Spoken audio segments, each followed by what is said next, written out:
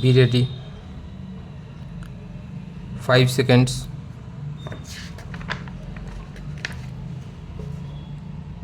Start.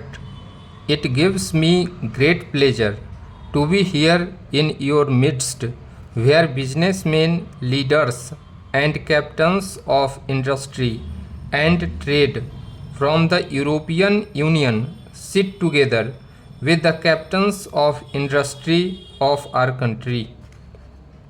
I have always believed with Lord Keynes that in the final analysis, businessmen are the custodians of the possibility of survival of human civilization, and therefore, if business leaders thinks right, I think our societies and our polities can look to the future with hope and confidence.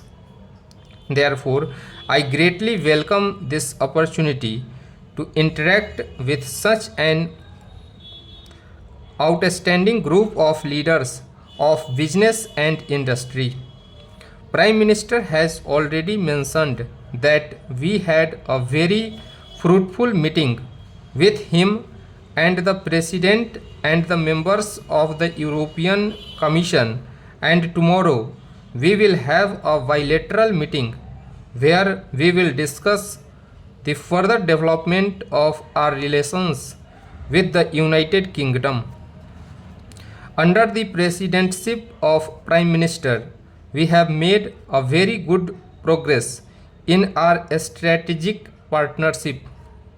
I am grateful to you, Prime Minister, for the leadership you have given to the process of widening and deepening of our relationship with the European Union. We live in a world of constant change, and the success belongs to those who are adept at mastering processes of change.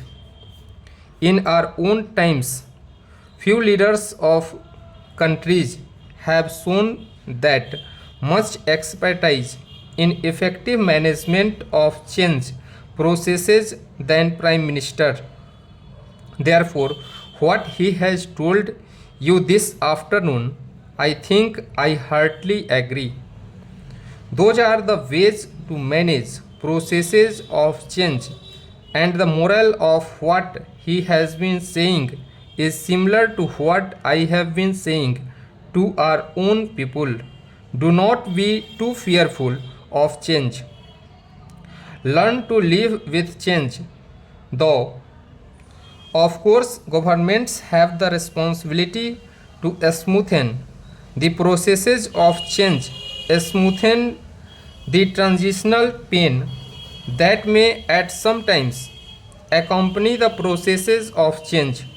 So, what Prime Minister has told you this evening, I heartily support.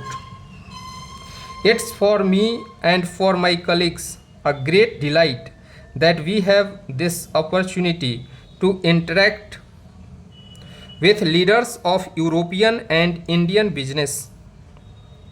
I sincerely believe that in the modern world, the relationship between governments is increasingly mediated through and influenced by the relationship between the civil society and the business community.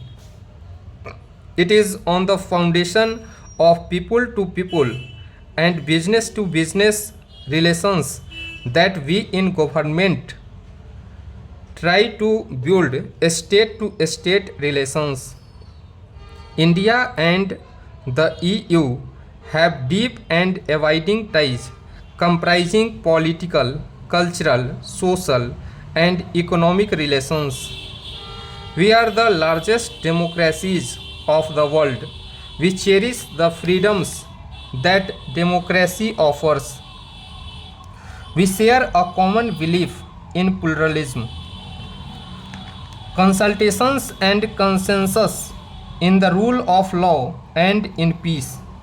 For in peace and in stability, we have the foundations necessary for development and economic growth within the framework of an open society and an open economy. The terrorist attacks on July 7 this year in London are an unfortunate affirmation of our view that terrorism, by whatever name, can have no place in a civilized society. I am emphasizing this in the business summit because one of the aims of terrorism is to cause economic instability all round. I hope that as India and EU join hands today to strengthen our economic ties, one aspect of those ties must be to ensure peace in our lands. We need each other's strong support in that endeavor. We meet here today at a time when the Indian economy is once again on an upward growth path. For 2 years in a row, we have had upwards of 7% growth in our national income. This year, we expect to repeat that performance. I am convinced that we will sustain this rate of growth, perhaps even improve upon it in the next few years. This has the potential of transforming our economy in many ways. It is now possible as never before for us to visualize an India without poverty, without disease, and without a scourge of extreme deprivation. There is an air of optimism, and as a believer in the ideas of Lord Keynes, I am convinced that positive expectations have a way of yielding positive outcomes. The process of economic reforms initiated by us in the early 90s had yielded rich dividends in many ways. We are committed to pursuing these reforms in a manner that the benefits percolate to all sections of our society, especially our rural poor. I have often said that we must walk on two legs, pursuing greater efficiency and simultaneously pursuing greater equity in the working of the economy. I do believe that if the fruits of higher economic growth are better shared, this in itself will stimulate further growth. We see the EU as a natural partner in our economic development. For centuries, long before the colonial era began, Indians and Europeans have been engaged in commerce. India has had civilizational and commercial links with different nationalities within Europe. We must build on those links by reviewing the economic, social, and cultural basis of our relationship. Stop.